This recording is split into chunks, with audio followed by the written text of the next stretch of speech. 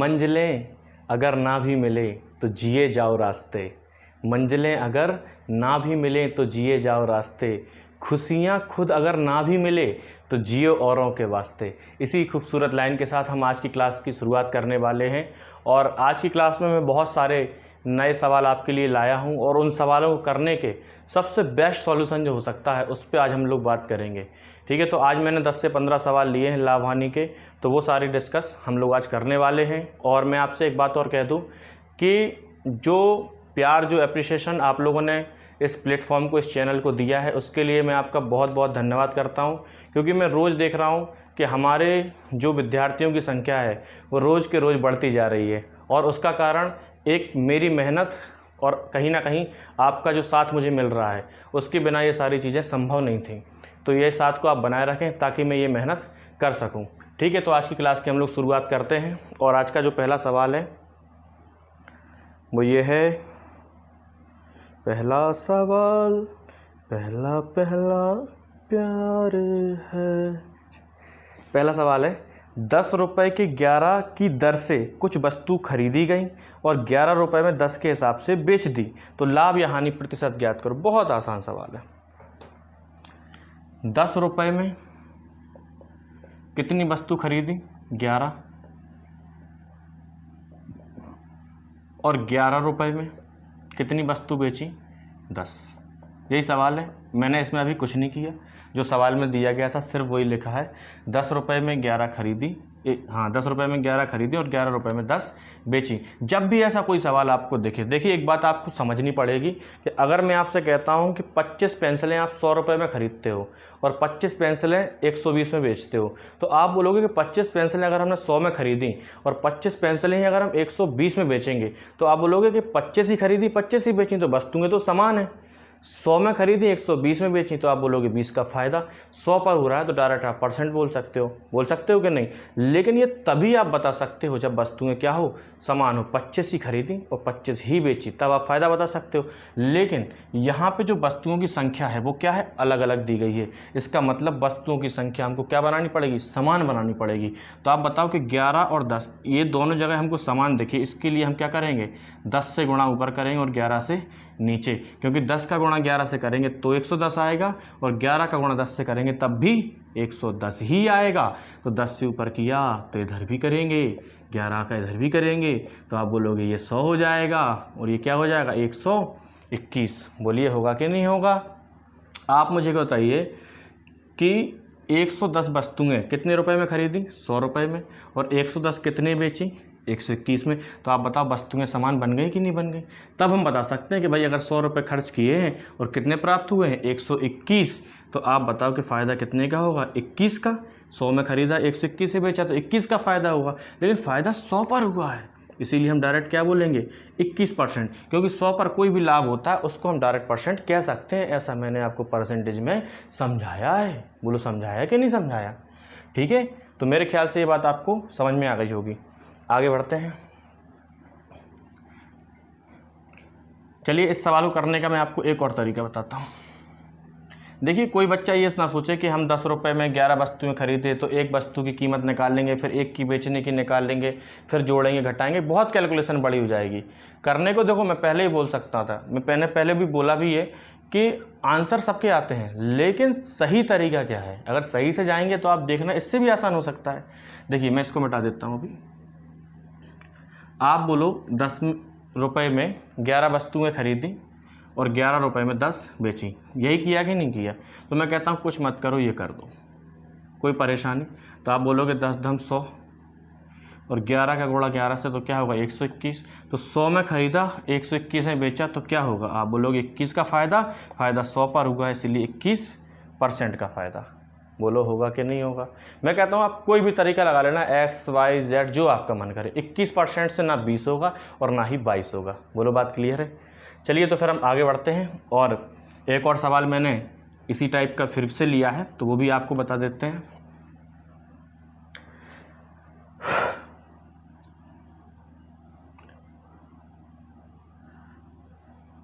आजकल याद कुछ देखिए एक फल विक्रेता ने x अमरूद 22 रुपये में खरीदे और y अमरूद x रुपये में बेचे। यदि x बड़ा है y से तो उसे क्या हुआ, मतलब लाभ हुआ या हानि हुई, और जो हुआ है तो बताओ। तो आप बताओ कि x अमरूद y रुपये में खरीदे, ठीक है, तो रुपये इस साइड लिखते हैं, वस्तु इस साइड लिखते हैं। देखिए इस सवाल में अगर आप x यहाँ लिख लेंगे y यहाँ लिख लेंगे तो दिक्कत कोई नहीं है, आंसर आपका सही आएगा।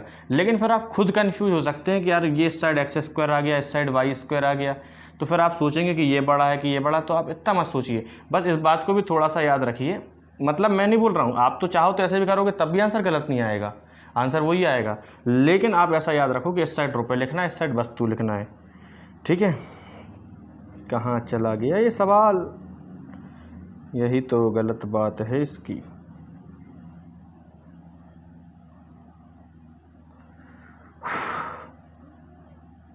देखिए x अमरूद 22 रुपये में खरीदे, मतलब 22 रुपये में कितने खरीदे x, और y अमरूद x रुपये में बेचे तो x रुपये में कितने बेचे y, ठीक है। अब आप डायरेक्ट कर सकते हो, ये गुणा होने दो भाई, इस साइड रुपये इस साइड वस्तु, तो y का गुणा y से तो y स्क्वायर, x का गुणा x से तो x स्क्वायर। बोलो आएगा कि नहीं आएगा। वो कह रहा है कि x का मान जो है वो y से क्या है, बड़ा है। भाई मैंने जो इसके पहले तरीका बताया कि दोनों को समान बनाओगे तब भी आंसर वही आएगा, ठीक है। लेकिन आपने देखा कि इस तरीके से भी आंसर आएगा। तो आप बताओ वाई स्क्वायर में ख़रीदा और एक्स स्क्वायर में बेचा, तो एक्स तो बड़ा है, तो भाई ये चीज़ छोटी होगी फिर। तो आप बताओ कि अगर क्रय मूल्य से ज़्यादा विक्रय मूल्य, इसका मतलब लाभ होगा, तो कितने का लाभ होगा। तो आप बोलोगे इसमें से इसको घटाएंगे तो x square minus y square, यही तो लाभ होगा। और लाभ होता किस पर है, क्रय मूल्य पर, तो क्रय मूल्य क्या है वाई स्क्वायर, तो x square minus y square बटे वाई स्क्वायर, तो इतने % का क्या हो जाएगा, लाभ हो जाएगा। बोलो बात क्लियर है। आगे बढ़ते हैं, एक और सवाल। मैंने जो पहला तरीका बताया था आप वैसे भी करोगे, बराबर बनाओगे तब भी आंसर आ जाएगा। अगला सवाल है 15 रुपये के 4 के हिसाब से वस्तु खरीदी। और एक बात मैं और कहना चाहता हूं कि वीडियो को पूरा देखना, 1 मिनट का भी मत छोड़ देना, क्योंकि आज मैंने बहुत सारे अच्छे सवाल भी लिए हैं। और वैसे तो मैं हर वीडियो में ही लेता हूं, लेकिन कोई बच्चा 2-3 मिनट वीडियो देख के छोड़ देता है, तो इसमें फिर मेरी कोई गलती नहीं है कि मैंने अच्छा नहीं पढ़ाया। भाई जब आप पूरा वीडियो नहीं देखोगे तो आप कैसे कह सकते हो कि मैंने अच्छा नहीं पढ़ाया। तो पूरा वीडियो देखो, ये जिम्मेदारी तो आपकी है। उसके बाद अगर कोई दिक्कत आती है तो फिर आप मुझसे कह सकते हो। 15 रुपये के 4 के हिसाब से वस्तु खरीदी, ठीक है। 15 रुपये की कितनी खरीदी, 4, और 25 रुपये की 6 बेची, तो 25 रुपये की बेची कितनी, 6। कुल 25 रुपये का फ़ायदा हुआ, तो वस्तु की संख्या ज्ञात करें।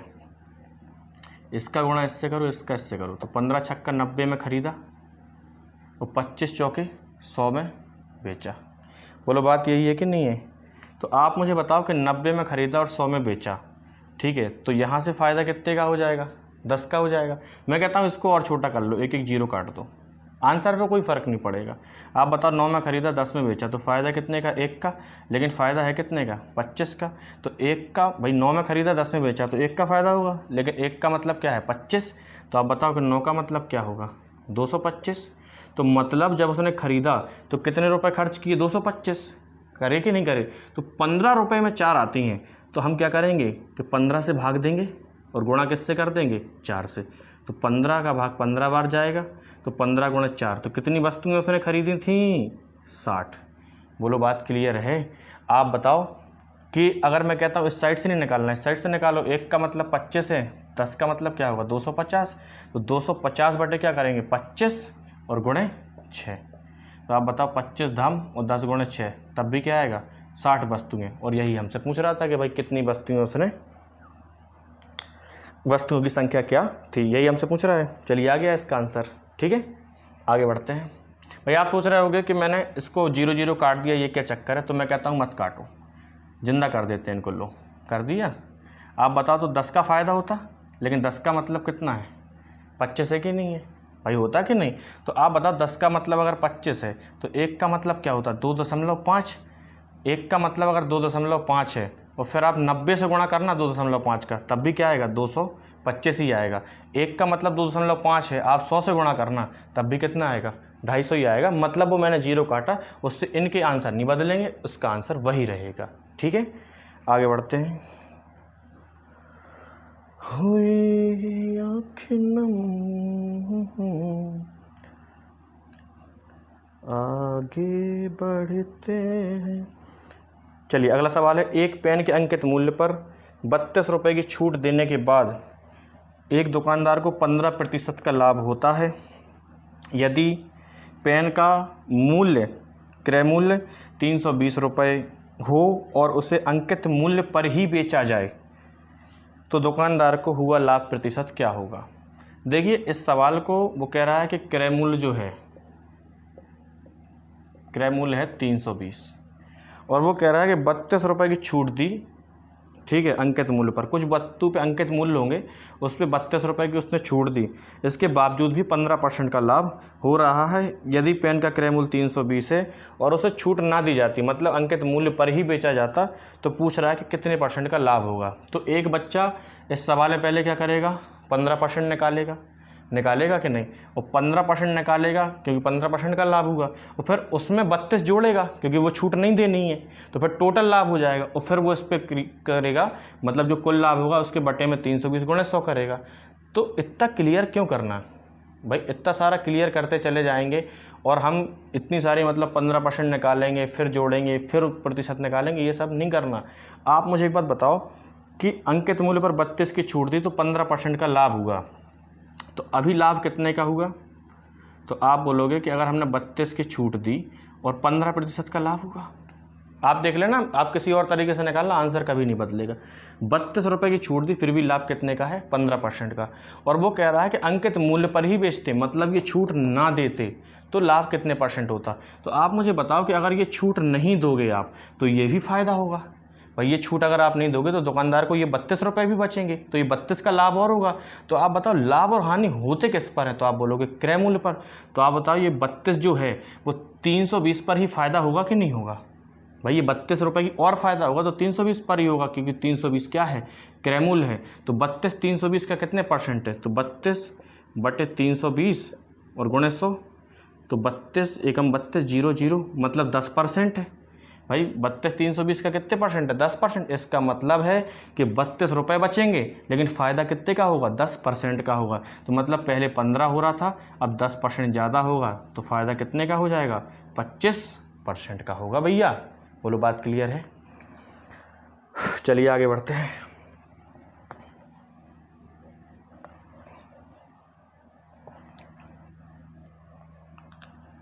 क्या है कि हल्का हल्का कब तक पढ़ेंगे, कुछ अच्छा तो पढ़ना पड़ेगा ना। देखिए राकेश 2 साइकिलें 1200-1500 में खरीद कर एक को 20% लाभ पर बेच दिया। बताइए दूसरी साइकिल को कितने % लाभ या हानि पर बेचे कि दोनों साइकिलों का विक्रय मूल्य समान रहे। एक 1200 में खरीदी और एक 1500 में खरीदी, एक को 20% लाभ पर, तो पहली वाली को 20% लाभ पर बेचा, तो 1200 का 20% होता है 240। तो 240 का अगर लाभ होगा तो कितने बेचेगा, आप बोलोगे 1440 में बेचेगा कि नहीं। तो वो कह रहा है कि दूसरी वाली को कितने लाभ या हानि पर बेचें कि दोनों का विक्रय मूल्य जो है वो क्या रहे, समान रहे। तो आप बताओ कि विक्रय मूल्य इसका 1440 है, तो इसका भी वो कह रहा है कितना होना चाहिए, 1440 ही होना चाहिए। बोलो होना चाहिए कि नहीं। तो आप बताओ कि अगर 1500 की आप खरीदोगे और 1440 में बेच दोगे, तो आप बोलोगे इस तरीके से तो दूसरी वस्तु पे 60 रुपये की हानि होगी। तो 60 की हानि होगी किस पर, 1500 पर, और % के लिए 100 पर। तो 0 0 कट जाएंगे और 15 चौको 60, मतलब दूसरी वस्तु को 4% हानि पर बेचा जाएगा। ठीक है, आगे बढ़ते हैं। अगला सवाल, किसी वस्तु को 24 रुपये में बेचने पर उतने ही % का लाभ होता है जितना वस्तु का क्रय मूल्य है, तो वस्तु का क्रय मूल्य क्या है। देखिए इस सवाल को करने के कई तरीके हैं। ठीक है, ये जो सवाल मैं अगला आपके सामने जो बोल रहा हूँ कि किसी वस्तु को 24 रुपये में बेचने पर उतने ही % का लाभ होता है जितना वस्तु का क्रय मूल्य है, तो वस्तु का क्रय मूल्य ज्ञात करें। ये सवाल एक्चुअल में मेरा एक प्रिय विद्यार्थी है जिसका नाम है राजू वर्मा, उसने मुझे ये सवाल भेजा था और उसने बोला था कि सर ये सवाल किस तरीके से करेंगे, क्योंकि इस सवाल में फ़ॉर्मूला भी दिया जाता है कि फ़ॉर्मूले से कर सकते हैं, लेकिन हम कोई फ़ॉर्मूला यूज नहीं करेंगे। मैं आपको ऐसे सवाल का डायरेक्ट लॉजिक भी बता सकता हूँ, लेकिन मैं डायरेक्ट नहीं बता रहा हूँ, पहले मैं बिल्कुल बेसिक से बताऊँगा। ठीक है, वो कह रहा है कि वस्तु को 24 में बेचा तो उतने प्रतिशत का लाभ हुआ जितना उसका क्रय मूल्य था। तो आप बताओ, मैं बेसिक से बता रहा हूँ बिल्कुल, कि माना क्रय मूल्य क्या है, x है, और उतने ही % का लाभ हुआ जितना क्रय मूल्य है, तो लाभ प्रतिशत क्या होगा? तो आप बोलोगे लाभ प्रतिशत तो x% ही हो जाएगा। तो आप बताओ क्रय मूल्य x है और लाभ प्रतिशत क्या है, x%। तो आप बताओ कि x की कोई वस्तु है तो ये तो क्रय मूल्य हो गया।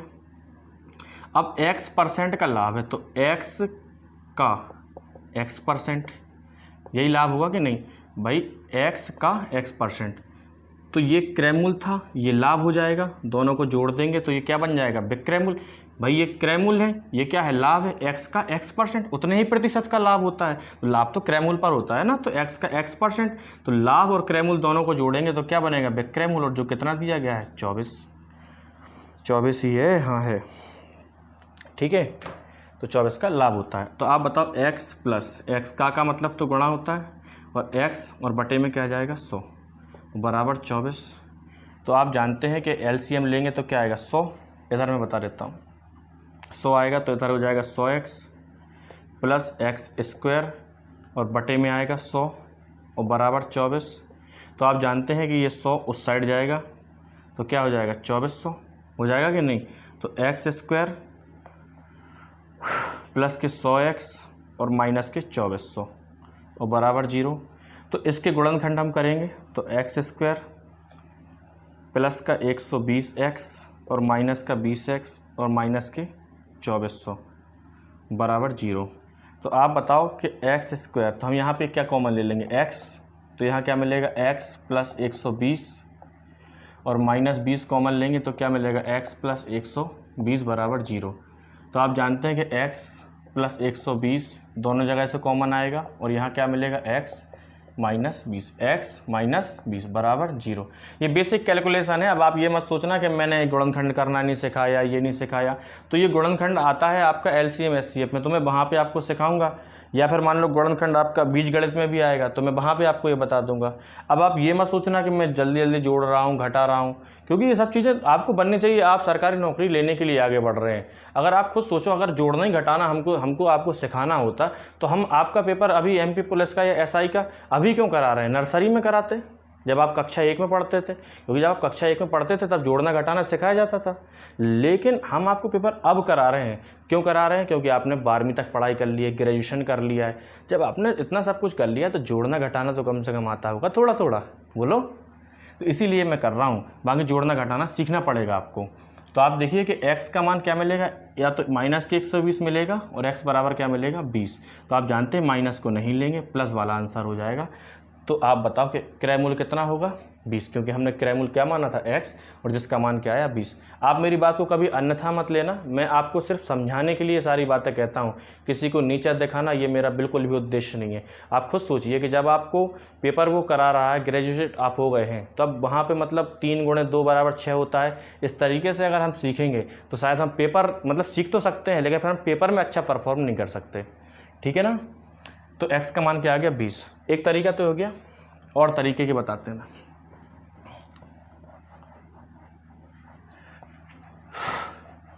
दूसरा तरीका ये है कि जब ऐसा कोई सवाल आएगा कि वस्तु का जितना क्रय मूल्य है उतने ही प्रतिशत का लाभ होता है, ठीक है, और 24 में बेचा जाता है, तो वस्तु का क्रय मूल्य क्या है? तो ऑप्शन भी होंगे 21, 20, 22, 40, कुछ भी हो सकता है। तो जितने % का लाभ हुआ है उतना ही क्रय मूल्य। तो अगर 21 क्रय मूल्य हम मान लें ऑप्शन के हिसाब से, तो 21% का लाभ होना चाहिए। तो 21 का 21% निकालेंगे तो पॉइंट में आएगा। फिर आएंगे 20, तो 20 का 20% कितना होता है? 4 होता है, क्योंकि 20 का 10% 2 होगा, तो 20% क्या होगा 4। तो 20 अगर क्रय मूल्य 20% लाभ मतलब 4 का लाभ होगा तो कितने बेचेंगे 24 में। तो ये बात तो मैच कर गई इससे, तो आंसर क्या हो जाएगा 20। ये हो गया दूसरा तरीका। तीसरा तरीका देखिए आप। तीसरा तरीका ये कहता है कि बेचा कितने में? 24 में बेचा है। कितने बेचा है? 24 में। तो याद रखिए इस 24 को आप ऐसे 2 भागों में तोड़िए। कितने भागों में? 2 भागों में, कि जिनके बीच का अंतर 10 होना चाहिए। कितना होना चाहिए? 10। ठीक है, तो आप बताओ कि 24 को अगर हम 2 ऐसे भागों में तोड़ना है जिनके बीच का अंतर 10 होना चाहिए, तो आप बोलोगे 12 दूनी 24। यही होता है कि नहीं होता है भाई? 12 दूनी 24 और इनके बीच का अंतर भी 10 है। 12 में से 2 जाएगा तब 10 आएगा कि नहीं आएगा? तो आपसे मैं सिर्फ इतना ही कहना चाहता हूँ कि इसको जैसे ही आपने तोड़ा तो जो संख्या छोटी है उसके साथ एक 0 लगाओ और वही आंसर होगा। बोलो, बात क्लियर है? अब तो मेरे ख्याल से अब इतना समझ में आ गया होगा। ऐसे मैंने और भी सवाल लिए हैं, कुछ लाभ के लिए फिर हानि के भी लिए, उसका भी मैं कंसेप्ट बताऊँगा आपको। देखिए, मैं बिल्कुल भी ये मान के नहीं पढ़ा रहा हूँ कि मैं कोई यूट्यूब पे ऐसे प्रचार विचार के हिसाब से या कुछ ऐसा बिल्कुल नहीं है। मैं बिल्कुल वैसे ही पढ़ा रहा हूँ जैसा नेचुरल में क्लास में पढ़ाता हूँ। ठीक है ना? क्योंकि क्लास में भी हम बच्चे को 100% देने का प्रयास करते हैं, तो वही मेरा यहाँ पर भी है। अगला सवाल है कि किसी कुर्सी को 144 रुपये में बेचा जाता है तो उतने ही प्रतिशत लाभ होता है जितनी उसकी लागत है। तो कुर्सी की लागत क्या है? तो 144 में बेच रहा है। ठीक है, तो इसको ऐसे 2 भागों में तोड़िए, अंतर 10 होना चाहिए। तो आप बोलोगे 18 और क्या होगा 8। बस कुछ नहीं करना, छोटी संख्या और आंसर, छोटी संख्या के साथ एक 0 और आंसर। ठीक है, अगला सवाल है, देखिए अभी लाभ हो रहा था, अब हानि की बात हो रही है। तो वो कह रहा है कि एक वस्तु को 24 रुपये में बेचने पर उतने प्रतिशत की हानि होती है जितना पुस्तक का क्रय मूल्य है, तो पुस्तक का क्रय मूल्य बताएं। तो शुरू के 2 तरीके तो मैं आपको बता चुका हूं, मैं सिर्फ तीसरे तरीके पे ही इस सवाल को फिर बताऊंगा। देखिए, जब लाभ होता है तो हम दोनों के बीच का अंतर कितना देखते हैं? 10। लेकिन जब हानि होगी तो दोनों के बीच का योग होना चाहिए कितना? 10। तो आप बताओ कि 24 अगर है, अब इनके बीच का योग होना चाहिए, क्योंकि इस बार हानि बोल रहा है कि नहीं? तो इनके बीच का योग कितना होना चाहिए? 10। तो आप बोलोगे 6 चौको 24। और एक बात याद रखनी है कि हानि के केस में दोनों ही आंसर होंगे। तो आप बोलोगे एक 0 यहाँ और एक 0 यहाँ, या तो आंसर 40 होगा या आंसर क्या होगा? 60। मतलब ऑप्शन में ऐसा आएगा 40 या 60। आप निकाल के देख लेना दोनों बेसिक से भी, तब भी आंसर यही आएगा। आंसर नहीं बदलेगा, इस बात की मेरी गारंटी है। अगला सवाल है, किसी वस्तु को 21 रुपये में बेची जाती है तो उतने ही प्रतिशत की हानि होती है जितने वस्तु खरीदी गई है, तो वस्तु को कितने रुपए में खरीदा गया?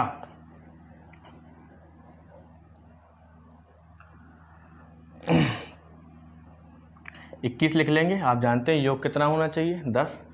7 तिया 21। तो आप बताओ एक 0 यहाँ एक 0 यहाँ, तो या तो 30 होगा या फिर 70 आंसर। आगे बढ़ते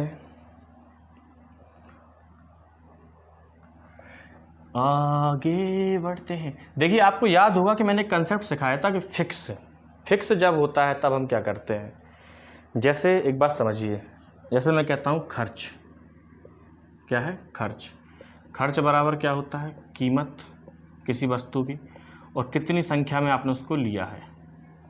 जैसे अगर मैं कहता हूँ कि 10 रुपये एक टिकट की कीमत है और आपने 5 टिकटें ली, तो 10 रुपये एक की कीमत है और टिकट कितनी ली? 5। तो खर्च कितना होगा? आप बोलोगे 50 रुपये खर्च होंगे। तो आप क्या करोगे? कीमत गुणे संख्या करोगे, तभी तो खर्च आएगा कि नहीं आएगा? भाई मैं कहता हूँ कि आपने 10 रुपये कीमत है और 5 टिकटें ली, तो आप बोलोगे खर्चा कितना आएगा? 50 आएगा। लेकिन अगर मैं आपसे कहूँ खर्चा फिक्स वाला कंसेप्ट आपको याद होना चाहिए, वो बहुत जगह काम आएगा। मैं कहता हूँ खर्चा अभी भी 50 ही है, ठीक है, लेकिन अब टिकट कितने की है? 25 की है। तो आप बताओ कितनी टिकटें आएंगी? तो आप बोलोगे 2 आएंगी। बोलो आएंगी कि नहीं आएंगी? तो आप मुझे एक बात बताओ कि पहले कीमत 10 थी और 5 टिकटें आती थीं तो 50 खर्च होते थे। अब कीमत 25 है और टिकटें कितनी आएंगी? 2। इसका मतलब क्या है? इसका मतलब ये है कि अगर हम इनका अनुपात देखें तो क्या होगा? 5 दूनी 10 और 5 25। मतलब कीमत अगर जैसे 2 से 5 होती है, कीमत 2 से 5 हुई तो संख्या क्या हो गई? 5 से 2। मतलब जस्ट उसकी उल्टी, कीमत बढ़ती है तो संख्या घटती है। अगर संख्या बढ़ेगी तो कीमत क्या होगी? घट जाएगी। मतलब जस्ट उसकी उल्टी हो जाएगी। ये मैं पहले ही बता चुका हूँ कि फिक्स जब होता है तो एक चीज़ बढ़ती है तो दूसरी चीज़ क्या होती है? घटती है। उसी पे आधारित ये सारे सवाल होंगे और बहुत अच्छे सवाल मैंने लिए हैं। ये सारे सवाल आपसे बनने चाहिए आगे, क्योंकि इन सवालों में बच्चे बहुत कन्फ्यूज होते हैं।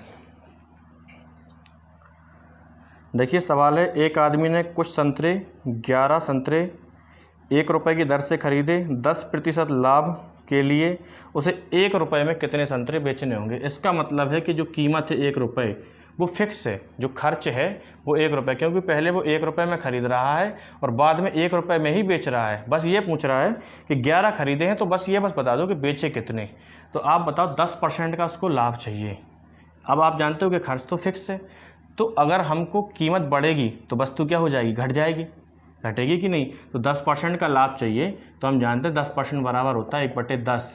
मतलब कीमत 10 थी तो 1 का लाभ, मतलब कीमत कितनी मिलनी चाहिए, 11। तो आप बोलोगे कि कीमत अगर 10 से 11 होगी तो वस्तु 11 से 10 हो जाएगी। बोलो होगी कि नहीं होगी। मतलब अगर पहले 11 था तो बाद में कितना होगा, 10, और पहले सवाल में भी 11 दिया गया है, तो 11 का मतलब अगर 11 है तो 10 का मतलब भी क्या होगा, 10। यही आंसर है। बोलो बात क्लियर है। चलिए अगला सवाल भी कुछ इसी टाइप का है, उससे भी आपको बात समझ में आएगी। एक आदमी ने कुछ संतरे 25 संतरे 1 रुपये में ख़रीदे और 1 रुपये में उसे कितने बेचने चाहिए ताकि उसे 25% का लाभ हो। देखिए पहले भी 1 में ख़रीदे हैं और बेच भी 1 में रहा है, ठीक है। खरीदे कितने संतरे हैं, 25 संतरे 1 रुपये में। तो 1 रुपये पहले भी और बाद में भी है, मतलब खर्च जो है वो फिक्स है। तो आप बोलोगे कि 25% का लाभ चाहिए, तो 25% तो बराबर होता है 1/4, मतलब कीमत 4 थी तो कितनी चाहिए, 5। तो आप बोलोगे कि कीमत 4 से 5 होगी तो संतरे 5 से 4 हो जाएंगे। तो आप बताओ 5 का मतलब क्या है, 25। भाई पहले कितने खरीदे, 25, पूछ रहा है कितने बेचें। तो 5 का मतलब अगर 25 है तो 1 का मतलब 5 होगा, तो 5 चौके 20, मतलब कितने बेचने चाहिए, 20। आगे बढ़ते हैं। अगला सवाल है, 1 रुपये में 32 संतरे बेचने पर एक आदमी को 40% की हानि होती है, तो 20% लाभ कमाने के लिए 1 रुपये में उसे कितने संतरे बेचने पड़ेंगे। तो आप बताओ कि 1 रुपये में 32 संतरे बेचे, ठीक है, कितने में, 1 रुपये में। ये लिखने वाली बात नहीं है, तो मैं सिर्फ आपके लिए लिख रहा हूँ।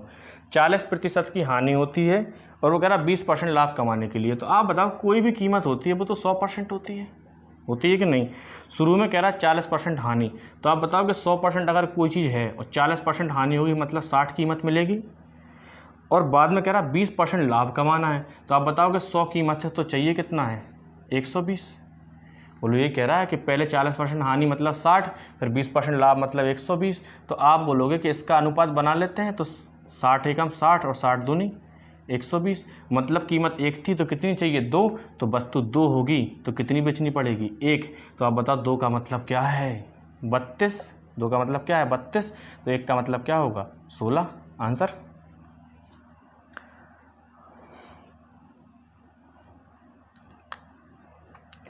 चलिए आगे बढ़ते हैं। देखिए मैंने इस टाइप में भी बहुत सारा वेरिएशन लिया है, तो हम कुछ छोड़ने वाले नहीं हैं। 40 रुपये में 45 संतरे बेचने पर एक आदमी को 20% की हानि होती है, ठीक है। 40 रुपये की बात हो रही है शुरुआत में, ठीक है, और कितने, 45 संतरे बेचने पर, ठीक है। बड़े ध्यान से समझिए, पहले 20% की हानि होती है, फिर कह रहा है 20% लाभ चाहिए, तो 24 रुपये में उसे कितने संतरे बेचने पड़ेंगे। तो आप बताओ पहले 40 रुपये की बात हो रही है, बाद में 24 रुपये की बात हो रही है, तो यहाँ तो हमारा वो कंसेप्ट नहीं लगेगा आपके हिसाब से। तो मैं कहता हूँ आप ऐसा मान लो सवाल में अपने तरीके से, अपने तरफ से मान लो कि 40 संतरे हमने शुरू में बेचे हैं और 40 ही हमको बाद में भी बेचने हैं। हम 40 पे सवाल सॉल्व करते हैं कि 40 अगर बेचने हैं तो क्या होगा, ठीक है। तो आप बताओ पहले 20% की हानि होती है मतलब 80, और फिर 20% का लाभ मतलब 120। ये हम 40 के लिए कर रहे हैं कि मतलब 40 शुरू में और 40 बाद में, ऐसा हमने माना अभी। तो आप बोलोगे 40 दूनी 80 और 40 थी 120, मतलब कीमत 2 थी, कितनी चाहिए, 3। तो मात्रा कितनी हो जाएगी, 3 से 2। बोलो होगी कि नहीं होगी। लेकिन मात्रा 3 नहीं है, कितनी है, 45।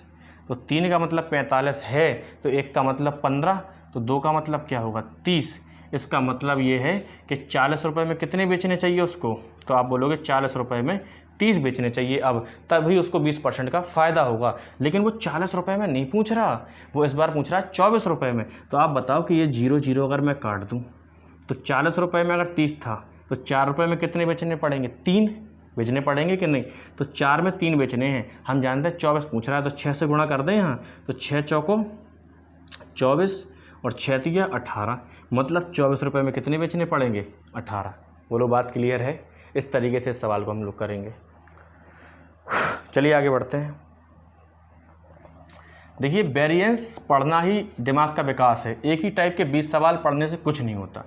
हम जब उसी सवालों में भी कुछ नया नया थोड़ा थोड़ा भी पढ़ते हैं तभी हम आगे बढ़ते हैं, क्योंकि जब नया सवाल आता है पेपर में तो बच्चा इसीलिए तो नहीं कर पाता क्योंकि वो अपनी पूरी ताकत एक ही टाइप के 20-20 सवाल, अरे हम तो बहुत प्रैक्टिस करते हैं, क्यों? क्योंकि हम जो बनता है उसको 40 सवाल लगाते हैं, बाकी नया कुछ पढ़ते ही नहीं है। 1 रुपये में 4 वस्तुएँ बेचकर एक आदमी को 4% की हानि होती है। यदि 1 रुपये में 3 वस्तुएँ बेचता, देखिए यहाँ पर 1 रुपये शुरू में भी है और बाद में भी है। पहले 4 वस्तुएं बेचता है तो 4% की हानि होती है। कह रहा 3 बेची होती तो क्या होता? तो आप बताओ कि पहले 4 बेची और बाद में कितनी बेच रहा है? 3। पहले 4 बेच रहा है, बाद में 3 बेचेगा। बोलो यही कह रहा है कि नहीं? तो आप बोलोगे कि पहले कीमत 3 मिलती थी तो अब 4 मिलेगी। बोलो मिलेगी कि नहीं मिलेगी? लेकिन 3 नहीं मिलती कीमत इस बार। वो ये कह रहा है कि जब इतने बेचता है तो उसको 4% की हानि होती है। तो आप बताओ कि अगर 100% में कोई वस्तु खरीदी है और 4% की अगर हानि थी शुरू में तो उसको कीमत मिलेगी कितनी? 96 मिलेगी कि नहीं? तो आप बताओ कि शुरू में कीमत 3 नहीं है, कितनी है? 96। तो 3 का मतलब अगर 96 है, 3 का मतलब 96 है, तो 1 का मतलब क्या होगा? 32। तो 4 का मतलब क्या होगा? 32 चौके 128। बोलो होगा कि नहीं? मतलब अब कीमत कितनी मिलेगी? 128। तो आप बताओ कि खरीदा तो 100 में ही रहेगा और अब मिल रहा है 128, तो आप बताओ क्या होगा? आप बोलोगे 28% का लाभ होगा भैया। बोलो होगा कि नहीं होगा? मैं फिर से समझा देता हूँ कि शुरुआत में वो कह रहा है 4 बेचते हैं, अगर 3 बेचें तो क्या होगा, और 1 ही रुपये में। तो 4 पहले बेचते थे, 3 बेचेंगे तो पहले 3 रुपये मिलते थे तो अब 4 मिलेंगे, लेकिन शुरू में 4% की हानि होती है, मतलब कीमत 96 मिलती है। तो 3 का मतलब 96 है, तो 1 का मतलब 32 होगा, तो 4 का मतलब 128। तो इसको देखो आप, 100 में 96 तो 4% की हानि, 100 से 128 तो 28% का फ़ायदा नहीं होगा यार। समझा करो बात को।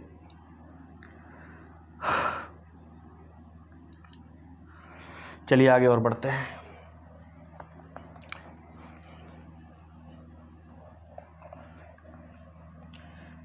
देखिए सारे सवाल पढ़ने हैं, थोड़ा सा वीडियो लंबा हो सकता है, लेकिन मैं चाहता हूं कि इस टाइप का कोई भी सवाल आपकी ज़िंदगी में कभी आ जाए तो बनना चाहिए। वो कह रहा है 2 रुपये के 3 संतरे खरीदे। 2 रुपये के कितने खरीदे? 3 संतरे। और 1 रुपये में कितने बेचे? 1। ठीक है, 2 रुपये में 3 खरीदे और 1 रुपये में 1 बेचा। कुल 10 रुपये का लाभ कमाने के लिए उसे कितने संतरे बेचने होंगे?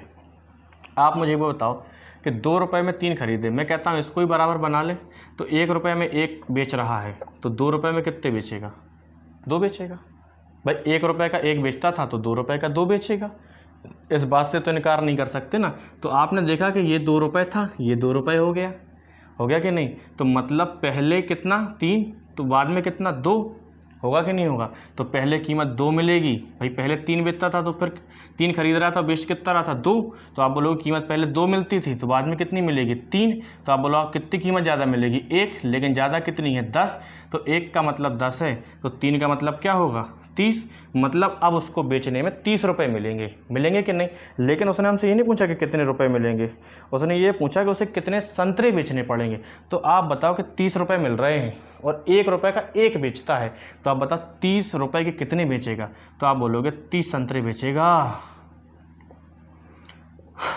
बोलो बेचेगा कि नहीं? 1 रुपये का 1 तो 30 रुपये के 30। बात क्लियर है? फिर भी कोई डाउट आता है तो आप वीडियो को 1 से 2 बार देखा करेंगे तो उससे भी बात क्लियर हो जाएगी। एक और सवाल मैं आपको बता देता हूँ, फिर इसके बाद देखते हैं।